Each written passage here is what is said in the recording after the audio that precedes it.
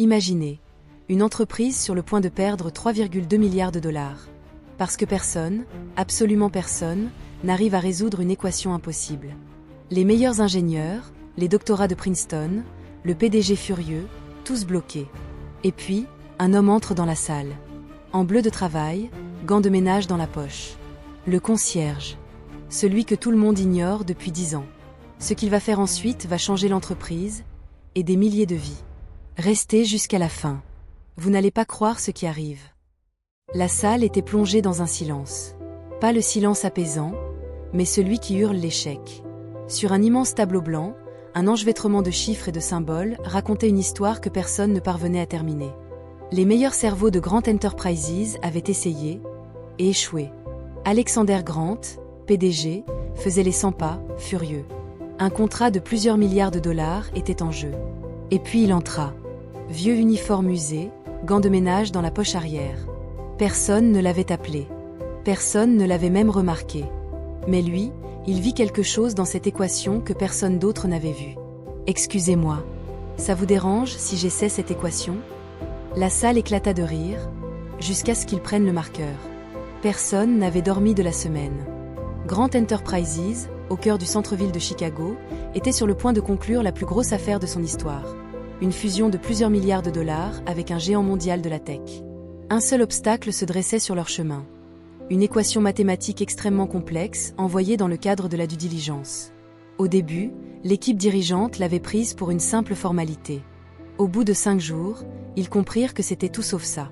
Ce matin-là, la réunion était lourde de tension. Dehors, la ville bourdonnait de vie. À l'intérieur de la salle de conférence du 12e étage, le seul bruit était le bourdonnement sourd de la frustration. Sur le tableau blanc, gribouillis, effacements et demi-idées s'étalaient comme un champ de bataille de cerveaux brisés. Alexander Grant, PDG et fondateur, se tenait les mains dans les poches. Blanc, fin de la cinquantaine, costume impeccable, regard dur, un homme qui mesurait le succès en résultat, pas en effort. 5 jours, murmura-t-il en faisant les 100 pas. 5 jours et pas un seul d'entre vous n'a réussi à la résoudre. L'équipe, ingénieurs des meilleures universités, analystes des cabinets les plus prestigieux, fixait ses ordinateurs. L'un d'eux finit par parler. « Monsieur, avec tout le respect que je vous dois, ce n'est pas juste des maths. C'est un mélange de systèmes logiques, de motifs de chiffrement et de variables récursives. Ça change dès qu'on croit l'avoir coincé. » Grant ricana. « Ça change ? On dirait que vous parlez d'un être vivant. » Un autre ingénieur ajouta, nerveux. « Je crois que c'est conçu pour briser la logique conventionnelle. C'est peut-être plus un test, psychologique, voire philosophique. » Grant claqua sa paume sur la table. « Ce n'est pas un cours de philo ici. C'est un contrat de 3,2 milliards de dollars. Si on ne résout pas ça, on ne conclut pas. » Le silence retomba, encore plus lourd. Dehors, derrière les parois vitrées, les employés jetaient des regards discrets, curieux mais prudents. Personne n'osait s'approcher. Personne, sauf lui. Malik Thompson poussait lentement son chariot de ménage dans le couloir, comme chaque matin. Bleu de travail, badge délavé, allure calme. Il passa devant la salle de conférence et jeta un coup d'œil à l'intérieur. Le langage corporel, la tension, le tableau couvert de frustration, tout parlait plus fort que des mots. Il s'arrêta un instant. Ses yeux trouvèrent l'équation. Puis il continua son chemin. Plus tard, alors qu'il changeait les sacs poubelles dans les toilettes du 2e étage, Malik ne pouvait s'empêcher d'y penser. Il y avait quelque chose de familier dans ces symboles. Un rythme, un motif, quelque chose qu'il n'avait pas ressenti depuis des années. Dans la salle de conférence, Grant explosa. « Je ne veux plus d'excuses. Je veux une solution avant la fin de la journée. » Il sortit en trombe, frôlant Malik dans le couloir sans même le remarquer. « Pardon, monsieur, dit Malik doucement en essayant. » Grant ne répondit pas. Mais Malik se retourna brièvement et regarda à nouveau à travers la vitre. L'équation était toujours là, toujours en attente. Et pour la première fois depuis très, très longtemps, Malik ressentit l'envie de résoudre quelque chose. Malik Thompson n'avait jamais eu de badge qui passait du premier coup. Son badge orange était vieux, le code barre à moitié effacé. Quand ça ne marchait pas, le gardien du matin soupirait, appuyait sur l'ouverture manuelle et le laissait passer. Personne ne prononçait jamais son nom. Chaque matin à 6h47 précise, Malik entrait chez Grant Enterprises avec le même rythme. Silencier, regular, invisible. Les gens le croisaient dans le hall, trop occupés pour le voir. Pas à cause de sa couleur de peau, mais à cause de son uniforme. Dans cet immeuble, la combinaison de ménage en disait plus long qu'un CV. À 54 ans, Malik avait appris à se déplacer comme une ombre. Nettoyer un bureau sans interrompre une conversation, vider une poubelle sans qu'on lui adresse la parole. Être là, sans jamais être remarqué. Et avec le temps, il avait fini par croire ce que le monde lui disait. Tu n'es que le gars qui nettoie derrière les autres. Mais il ne savait pas. Il n'avait jamais demandé. Et il avait arrêté de proposer. Dans la salle de pause du 8e étage, Malik remuait lentement son café, regardant la vapeur monter. Il était seul près de la fenêtre, tandis que 2 analystes chuchotaient près du comptoir. « On est foutu si personne ne résout ce truc », murmura l'un. « J'ai entendu dire que c'était un mathématicien russe qui l'avait envoyé. Si même Caldwell n'y arrive pas, c'est fini. » Malik ne dit rien. Mais il connaissait ce langage. Il reconnaissait ses références. Et surtout, il reconnaissait la façon de penser derrière ce problème. Ce qu'ils ignoraient, c'est qu'autrefois, il ne poussait pas un balai. Il poussait des esprits. Professeur Thompson, c'est ainsi qu'on l'appelait. Enseignant en mathématiques appliquées dans 2 collèges communautaires en Caroline du Nord. Conférencier invité à l'université Hampton. Publié, respecté, jusqu'à ce que la vie bascule. Jusqu'à la perte. Sa femme Amina était morte après un long combat contre le cancer. Il avait tout quitté pour s'occuper d'elle à temps plein. Après son départ, il n'avait pas pu retourner en salle de classe. Trop de chagrin, trop de souvenirs. Alors il avait choisi le silence. Et avec le temps, le monde avait oublié qui il était. Et lui aussi, petit à petit. Mais cette équation, elle avait réveillé quelque chose. Comme une lumière qui s'allume dans une pièce fermée depuis des années. Ce soir-là, alors que l'immeuble se vidait, Malik se porta volontaire pour le service de nuit. Il nettoya ses étages habituels, mais quand il arriva au 12e, il s'arrêta à nouveau devant la salle de conférence. La pièce était sombre, vide. L'équation était toujours là. Il entra doucement, sortit une feuille pliée qu'il avait remplie de notes chez lui, formules, idées, schémas. Il prit le marqueur, et pour la première fois depuis des années, il écrivit. Pas pour impressionner, pas pour être vu, mais parce qu'il savait ce qu'il regardait, les motifs, la logique, le rythme caché sous la surface. Il commença à remplir les trous, lentement, comme s'il reconstruisait un souvenir. Un sourire effleura ses lèvres. Il n'avait pas fini, mais il avait trouvé la clé. Puis la porte grinça. Malik se retourna. Le gardien de nuit entra. Malik, qu'est-ce que tu fais là-haut, mec? Je nettoyais le couloir. La porte était ouverte. Je me suis dit que j'allais prendre la poubelle. Ok, fais gaffe. Il y a des caméras ici, tu sais. Bien sûr. Quand le gardien partit, Malik effaça tout ce qu'il avait écrit. Tout. Il sortit sans se retourner. Mais à l'intérieur de lui, une étincelle s'était rallumée. Il ne voulait pas de crédit. Pas d'applaudissements. Mais pour la première fois depuis longtemps, il voulait être entendu. Le lendemain matin, des nuages gris planaient bas au-dessus de Chicago. Une petite bruine striait les vitres des étages supérieurs de Grand Enterprises, en écho à l'humeur pesante à l'intérieur. À 9h précises, les dirigeants se réunirent à nouveau au 12e étage. Tout le monde était là, ingénieurs principaux, consultants, analystes de données. L'atmosphère était tendue, nerveuse. Le tableau blanc était toujours couvert de chiffres barrés, de cercles et d'équations inachevées que personne n'avait osé effacer. Alexander Grant entra en dernier. Pas de bonjour, pas de bavardage. Il alla directement en bout de table, posa les paumes à plat. Des avancées pendant la nuit. Silence. Le jeune ingénieur de la veille se tortilla sur sa chaise et finit par parler. On a essayé des simulations récursives, différents modèles de chiffrement, mais à chaque fois qu'on s'approche, l'équation change. Elle change, répéta Grant en fixant le tableau comme s'il insultait. C'est un problème de maths, pas une cible mouvante. Monsieur, je crois qu'elle est conçue pour nous déstabiliser. Les variables s'ajustent en fonction des hypothèses qu'on pose. Ce n'est pas seulement logique, c'est peut-être psychologique ou philosophique. Grant eut un rire sec et tranchant. Laissez-moi résumer. Les meilleurs cerveaux techniques du pays me disent qu'ils se font battre par des sentiments. Le silence retomba, oppressant. Derrière les parois vitrées, les employés passaient prudemment, jetant un œil mais sans s'arrêter. Personne ne voulait être dans les parages quand Grant était de mauvaise humeur. Personne, sauf Malik. Il poussait son chariot de ménage dans le couloir, comme toujours. Le seau à serpillière grinçait doucement à chaque pas. Il s'arrêta juste assez longtemps devant la salle de conférence pour apercevoir les visages stressés et le tableau toujours insoluble. Il continua son chemin, mais quelque chose remua en lui.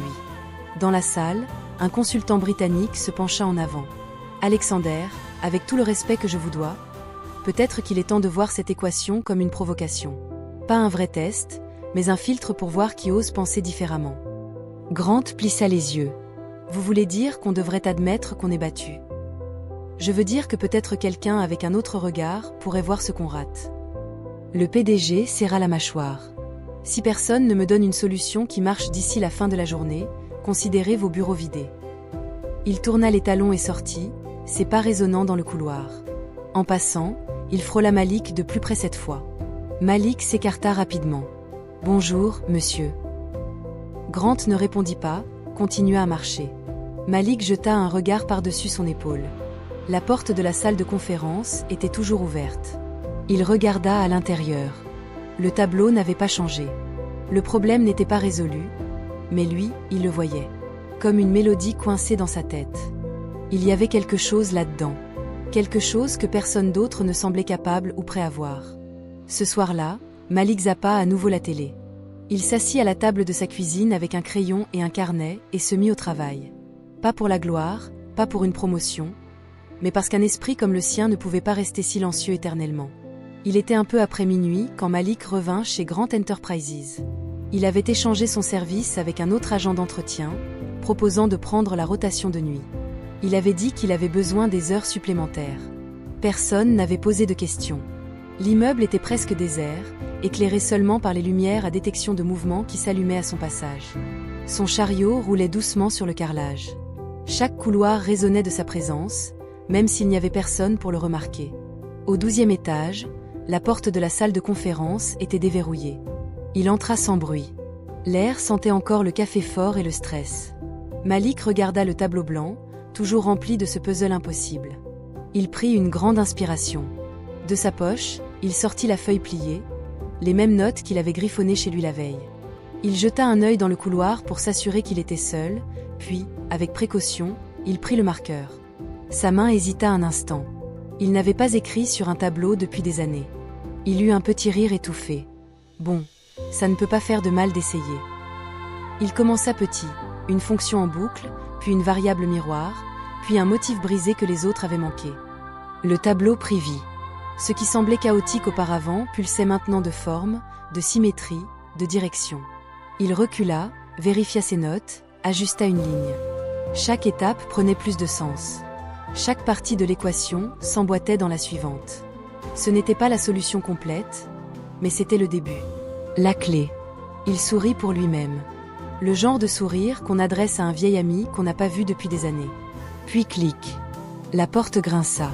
Malik se retourna, surprise. C'était le gardien de nuit. Yo, Malik. Ça va? Qu'est-ce que tu fais là-dedans? Malik ne paniqua pas, hocha simplement la tête calmement. Yenetois. La porte était ouverte. Je me suis dit que j'allais sortir la poubelle. Okmek. Fais juste attention. Il y a des caméras ici, tu sais. Bien sûr. Le gardien partit, sans se douter de rien. Malik effaça ce qu'il avait écrit. Chaque ligne. Il rangea sa feuille et sortit. L'invisibilité lui avait appris à entrer discrètement et à partir sans laisser de traces. Mais cette fois, il laissa quelque chose derrière lui. Dans le coin inférieur du tableau, là où personne ne regardait, il écrivit 3 lignes. Rien de tapax en grave-l'œil, mais suffisant. Une graine. Le lendemain matin, Malik reprit sa routine habituelle. Même entrée, même badge, même silence, mais quelque chose avait changé. Il n'avait pas beaucoup dormi. Son esprit dansait encore avec les formules et les symboles. Cette équation n'était pas seulement un problème à résoudre. C'était un miroir. Un rappel de qui il avait été, et peut-être de qui il était encore. Vers midi, la tension traversa à nouveau les bureaux. Grant avait convoqué une réunion d'urgence. C'était la dernière tentative pour sauver l'affaire. Malik se trouvait justement à ramasser les poubelles dans le couloir quand la porte de la salle s'ouvrit et que quelqu'un sortit chercher du café. Le tableau était toujours là, non résolu, mais quelque chose le tira à l'intérieur. Il s'approcha doucement. Il frappa légèrement sur le chambranle. « Excusez-moi, messieurs. » Toutes les têtes se tournèrent. Le voilà, en uniforme, un rouleau de sac poubelle à la main. Pendant un instant, personne ne parla. Puis vinrent les rires. D'abord discrets, puis plus forts. « Vous avez besoin de quelque chose ?» demanda Grant en le regardant comme une tache sur du verre. « Non, monsieur. C'est juste que j'ai vu l'équation. J'y ai réfléchi. Je crois que j'ai peut-être trouvé une voie. » Ryers. Quoi? Un consultant senior ne put se retenir. « Vous pensez avoir résolu l'équation. » Je n'ai pas dit que je l'avais résolue.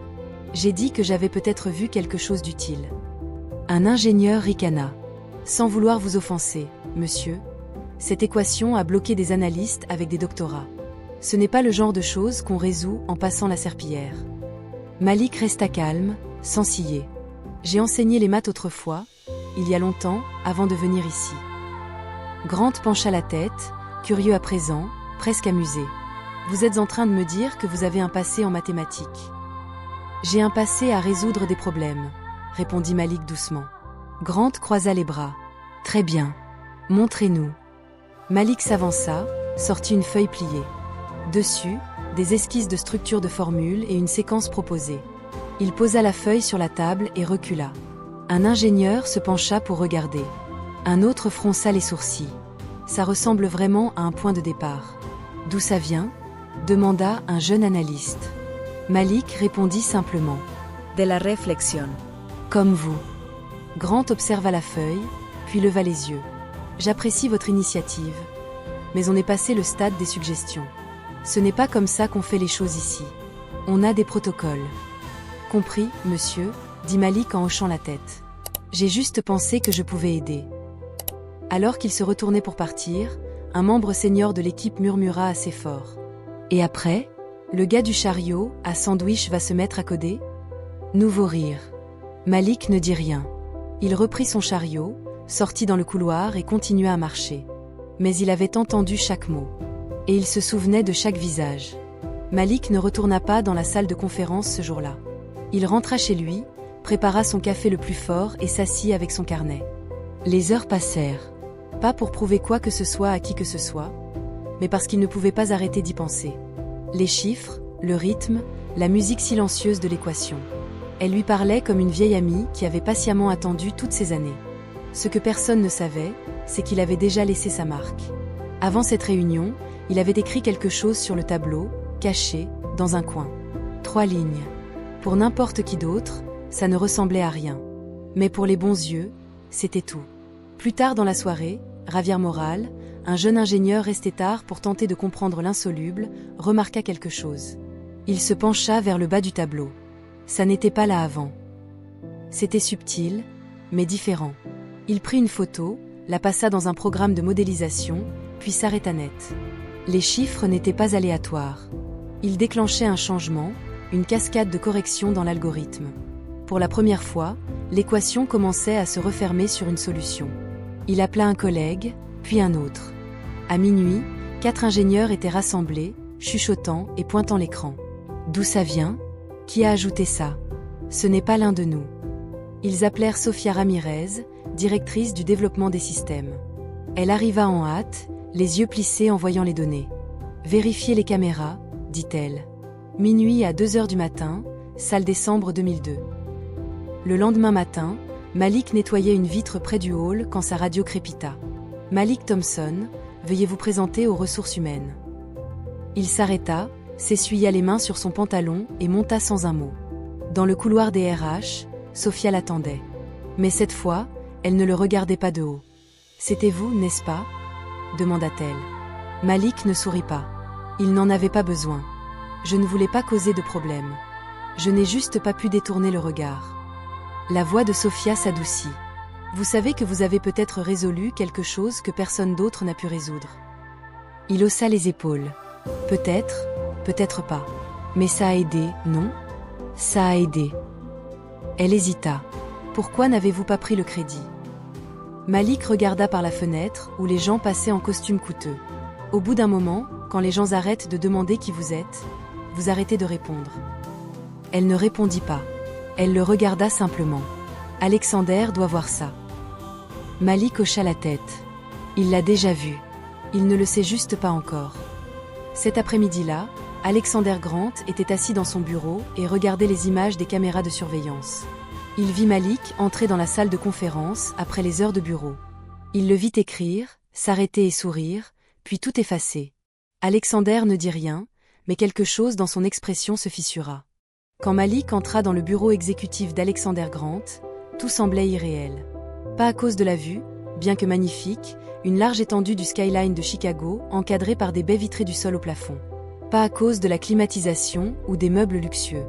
Mais parce que, pour la première fois depuis 10 ans, quelqu'un au sommet avait demandé « Qui êtes-vous vraiment ?» Alexander ne s'assit pas. Il faisait les 100 pas lentement, bras croisés, expression indéchiffrable. « C'est vous qui l'avez écrite ?» dit-il enfin, sans poser de questions. Malik hocha la tête une fois. « Oui, monsieur. » « Pourquoi n'avez-vous rien dit plus tôt ?» Malik esquissa un demi-sourire fatigué. Ça ne semblait pas que quelqu'un écoutait. Alexander se tourna, le regardant maintenant avec plus de curiosité que de jugement. « Qui êtes-vous, Malik ?» Cette fois, Malik marqua une pause. Puis il expira profondément. « J'étais le professeur Thompson. J'enseignais les mathématiques appliquées, je donnais des conférences dans certaines universités, j'ai écrit quelques articles académiques. Rien d'extraordinaire. Et ensuite, la voix de Malik s'adoucit. Ma femme est tombée malade. Cancer stade 4. On s'est battu 2 ans, mais ça n'a pas suffi. J'ai quitté mon travail pour m'occuper d'elle à temps plein. Quand elle est partie, je n'ai pas pu retourner en classe. Je ne pouvais pas entrer dans une salle sans la voir sur chaque chaise vide. Il baissa les yeux sur ses mains, encore calleuses après 10 ans de labeur. J'ai pris un travail silencieux. Pas de pression, pas de souvenirs. Juste quelque chose de stable. C'est comme ça que je suis arrivé ici. Alexander écouta en silence. Quelque chose avait changé sur son visage. Je me suis renseigné sur vous. Cet article de 1997 sur les séquences adaptatives. Notre algorithme a été construit dessus. Votre travail a aidé à bâtir cette entreprise. Malik cligna lentement des yeux. Drôle comme le monde oublie. Vous auriez pu exiger du crédit. De la reconnaissance. Pourquoi ne l'avez-vous pas fait? Malik soutint son regard. Parce que je n'ai pas aidé pour être vu. J'ai aidé parce que le problème avait besoin d'être résolu. Silence. Puis Alexander posa la question qui le brûlait. Accepteriez-vous de rejoindre l'équipe officiellement? Temps plein, avec un titre, un salaire, de l'autorité. Malik se cala dans son fauteuil. Je ne cherche pas une promotion, monsieur Grant. Je cherche un sens. Si cette entreprise est prête à écouter, vraiment écouter, les gens qu'elle a l'habitude de croiser sans les voir, alors oui, je reste. Alexander tendit la main. Alors commençons à 0. Malik se leva et la serra. Pas par obligation, mais par respect. Le genre de respect qui avait été refusé trop longtemps. La nouvelle se répandit vite. Le concierge qui avait résolu l'équation insoluble travaillait maintenant à l'étage, dans un bureau avec son propre badge et ses identifiants. Certains applaudirent, d'autres fixèrent, d'autres se sentirent menacés. Malik le remarqua immédiatement. Les regards, les murmures, la tension silencieuse dans chaque pièce qu'il entrait. Ce n'était pas le travail. Il pouvait gérer les algorithmes. C'était l'orgueil des autres qui craquait sous le poids de leurs propres préjugés. Surtout Ethan Caldwell, le chef d'équipe diplômé de Princeton, habitué à être l'homme le plus intelligent de la pièce. Il observait chaque mouvement de Malik comme un défi. « Alors, qu'est-ce que vous faites exactement maintenant ?» demanda Caldwell dans la salle de pause un jour, la voix dégoulinante de sarcasme. « La même chose que vous, » répondit Malik calmement. « J'essaie de donner un sens au chaos. » Malik ne s'imposait pas dans les réunions, n'interrompait pas. Mais quand il parlait, ses mots portaient une clarté qui mettait les autres mal à l'aise. Quand il proposa une solution à un bug récursif dans leur protocole de chiffrement, un bug sur lequel Caldwell avait passé 2 semaines, la salle devint silencieuse. Tout le monde regarda Caldwell. Celui-ci força un sourire. Intéressante approche. Simplifié à l'excès, mais ça vaut le coup de tester. Ce n'était pas simplifié à l'excès. C'était juste. Et tout le monde dans la pièce le savait. Quelques jours plus tard, Malik fut à nouveau appelé au RH. Quelqu'un avait déposé une plainte. Une dénonciation anonyme disait qu'il avait accédé à des fichiers restreints sans habilitation. Malik était perplexe. jusqu'à ce qu'il apprenne que le système le considérait toujours comme employé des opérations. Personne n'avait mis à jour ses accès. Sophia était furieuse. « On vous tend un piège », dit-elle. « Ils utilisent des détails techniques pour vous bloquer. » Les soupçons pointaient dans une direction évidente. Alexander convoqua une réunion à huis clos. Caldwell était présent. « Ethan, est-ce vous qui avez déposé la plainte ? » J'ai suivi le protocole. Il n'avait pas les autorisations nécessaires. Vous voulez dire parce qu'on n'a pas mis à jour son badge après que j'ai personnellement approuvé son accès ? Caldwell baissa les yeux. Alexander se pencha en avant. Vous n'êtes pas obligé d'aimer que Malik soit ici. Mais si vous le sabotez encore une fois, c'est vous qui rendrez votre badge. Ce soir-là, Malik resta tard à son bureau. L'immeuble se vida autour de lui. Il fixa son écran, puis son reflet dans la vitre sombre. Il n'était pas en colère, pas même surpris.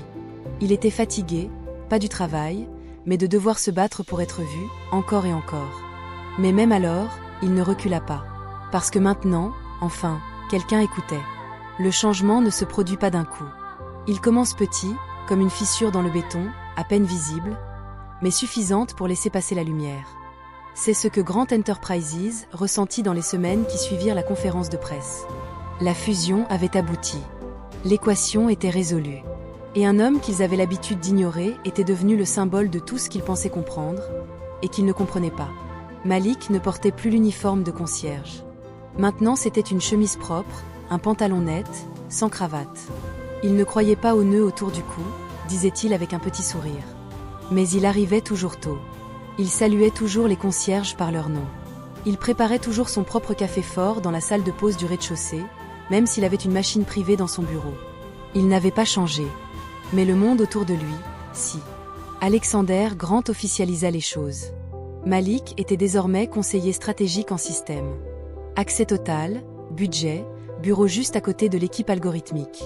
Certains n'aimaient toujours pas ça, mais ils apprirent vite à écouter. Surtout quand l'entreprise lança son nouveau programme de talent, inspiré par l'histoire de Malik. Il s'appelait Hidden Genius, génie caché. Les employés à tous les niveaux, courrier, sécurité, entretien, étaient encouragés à soumettre des idées innovantes, peu importe leur poste. Plus de silos, plus de barrières. Ça commença petit. Un technicien de nuit proposa une meilleure procédure de sauvegarde des données, et ça marcha. Un stagiaire de la comptabilité suggéra une nouvelle structure de rapport qui réduisit des heures de travail manuel. La cultura changea. Pas du jour au lendemain, mais assez. Malik donna la première conférence interne au lancement du programme. Debout devant un public mélangeant costume et uniforme, il regarda l'assemblée et dit « Le problème n'est pas le manque d'intelligence. C'est le manque de permission de l'utiliser. » Silence, puis un tonnerre d'applaudissements. Même Caldwell était là, et écoutait. Alexander approcha Malik quelques semaines plus tard avec une proposition personnelle. « Je veux créer une bourse d'études au nom de votre femme. » Malik cligna des yeux. « Amina, vous avez dit qu'elle croyait en vous. J'aimerais honorer ça. » Malik deglutted difficilment. Elle croyait en tout le monde, même quand le monde ne le faisait pas. Alexander tendit à nouveau la main. Mais cette fois, ce n'était pas un geste de pouvoir. C'était de la gratitude. Dans le hall principal, l'entreprise installa une plaque. Une photo de Malik à côté d'un tableau blanc. En dessous, ces mots. « Puis-je vous aider avec cette équation ?» Les gens s'arrêtaient pour la regarder chaque jour. Certains souriaient, d'autres s'arrêtaient, d'autres réfléchissaient. Et Malik. Il passait encore du temps dehors pendant la pause déjeuner. Carnet ouvert, yeux scrutateurs, toujours à observer. Il ne courait pas après le pouvoir. Il construisait des ponts. Et rappelait au monde que la brillance ne vient pas des titres. Elle vient du courage de parler, même quand personne n'écoute. Un après-midi tranquille, Malik était assis sur la terrasse extérieure de l'entreprise, carnet en main, café refroidissant à côté de lui. Le chaos de la fusion était derrière eux. L'équipe s'était stabilisée. L'entreprise avait grandi, pas seulement en chiffres, mais en vision. Il griffonnait quelques notes quand une voix hésitante l'interpella. « Monsieur Thompson. » Un jeune stagiaire se tenait là, nerveux, plein d'envie. « Désolé de vous déranger. J'étais à votre conférence le mois dernier sur les systèmes non linéaires. J'ai travaillé sur quelque chose, mais je ne savais pas à qui le montrer. » Malik désigna la chaise vide à côté de lui. « Montre-moi. » Le stagiaire lui tendit un carnet rempli de croquis désordonnés et de formules partielles. Malik le parcourut, puis s'arrêta. « Tu as trouvé ça tout seul ?»« Oui, monsieur. Enfin, je ne sais pas si ça tient la route. » Malik sourit. Même si ça ne tient pas encore, la réflexion, elle, est bonne. Continue à la suivre. Le jeune homme soupira de soulagement. Franchement, personne ne me prend au sérieux ici. J'ai toujours l'impression d'être en arrière-plan. Malik referma doucement le carnet. Tu sais, j'ai passé 10 ans en arrière-plan. Ça ne veut pas dire que tu ne mérites pas une place à la table. Parfois, il suffit d'apporter sa propre chaise. Ils partagèrent un petit rire tranquille. Le stagiaire le remercia et, alors qu'il s'éloignait, Malik l'appela. « Et, continue de te montrer. Tôt ou tard, ils devront t'écouter. » Plus tard ce jour-là, Malik passa devant l'ancienne salle d'entretien. Les outils, les chariots, les chiffons. Il resta là un moment, les souvenirs affluents. Il entra, trouva un marqueur effaçable et écrivit sur le vieux tableau mural dans le coin. Le monde utilise la mauvaise règle pour mesurer la valeur. Juste une phrase. Mais elle resta. Des mois plus tard, Malik demanda un mi-temps. Pas pour se reposer, mais pour enseigner à nouveau. Il retourna dans des salles de classe. Pas seulement des universités, mais des lycées, des centres d'accueil, même des prisons. Il croyait que chaque esprit méritait d'être déverrouillé. Alexander le soutint. La bourse Amina Thompson fut lancée avec un financement complet. Des centaines de candidatures arrivèrent. Malik n'avait pas besoin de gloire. Il voulait juste que les portes restent ouvertes pour ceux qui venaient après lui. Et ainsi son histoire se répandit, pas seulement dans les cercles d'entreprise, mais dans les communautés, les salles de classe, les vies. Le concierge qui avait résolu l'impossible. L'homme qui avait rappelé au monde que le génie porte de nombreux uniformes. Que votre titre ne définit pas votre vérité. Et que parfois, la personne que vous ignorez détient la réponse que vous cherchiez. Surtout n'oublie pas de caresser la pouce bleue, de t'abonner et d'activer la cloche pour ne rater aucune de nos vidéos à venir. À bientôt.